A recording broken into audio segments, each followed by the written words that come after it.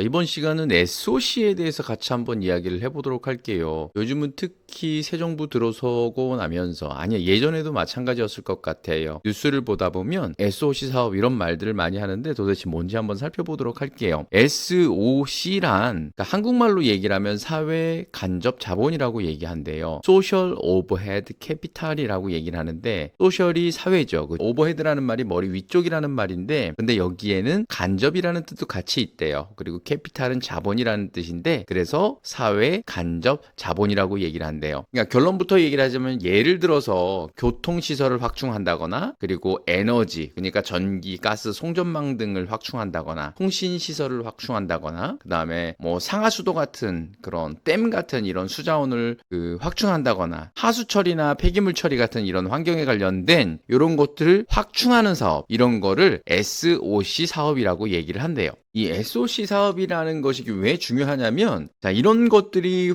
확충되어졌을 때 경제 성장을 위한 토대가 마련되어진다고 해요. 그리고 일반 시민의 입장에서 보면 이런 시설이 있을 때 삶의 질이 향상이 되어지고요. 그리고 대한민국 전체를 놓고 본다라고 한다면 지역의 균형적인 발전을 위해서는 저 지방이나 시골 같은 곳에 SOC 시설이 확충이 되어진다라고 하면 지역의 균형적인 발전에 많은 도움이 된다고 이야기를 합니다. 그렇다면 요즘에 왜 SOC가 자주 언급이 될까요? 지방소멸 위기 대응을 위해서 이 SOC 사업에 대해서 자주 언급이 되어지고요. 두 번째로 경제 부양, 그러니까 경기 침체 시 SOC 투자는 일자리 창출의 효과가 많이 커서 사용된다고 이야기를 합니다. 대표적인 예가 뉴딜 정책이라고 얘기합니다. 탄소 중립 사회의 전환, 그러니까 친환경 SOC. 요즘 많이 언급되어지고 있는 게 전기차 충전소, 그리고 철도 인프라 등이 중요하게 다루어지고 있다고 합니다. 정리해서 말씀을 드리자면 SOC는 우리의 일상과 경제를 떠받치는 기본 골조와 같은 거라고 하는데요. 도로, 철도, 전기, 통신, 상하수도 등 없으면 모두가 불편하고 정체되는 공공 인프라를 이야기한다고 합니다. 오늘은 SOC 사업에 대해서 이야기를 해봤는데요. 여러분들이 직장 동료들과 아니면 주변에 있는 다양한 사람들과 이야기를 하는데 많은 도움이 되셨으면 좋겠습니다. 감사합니다.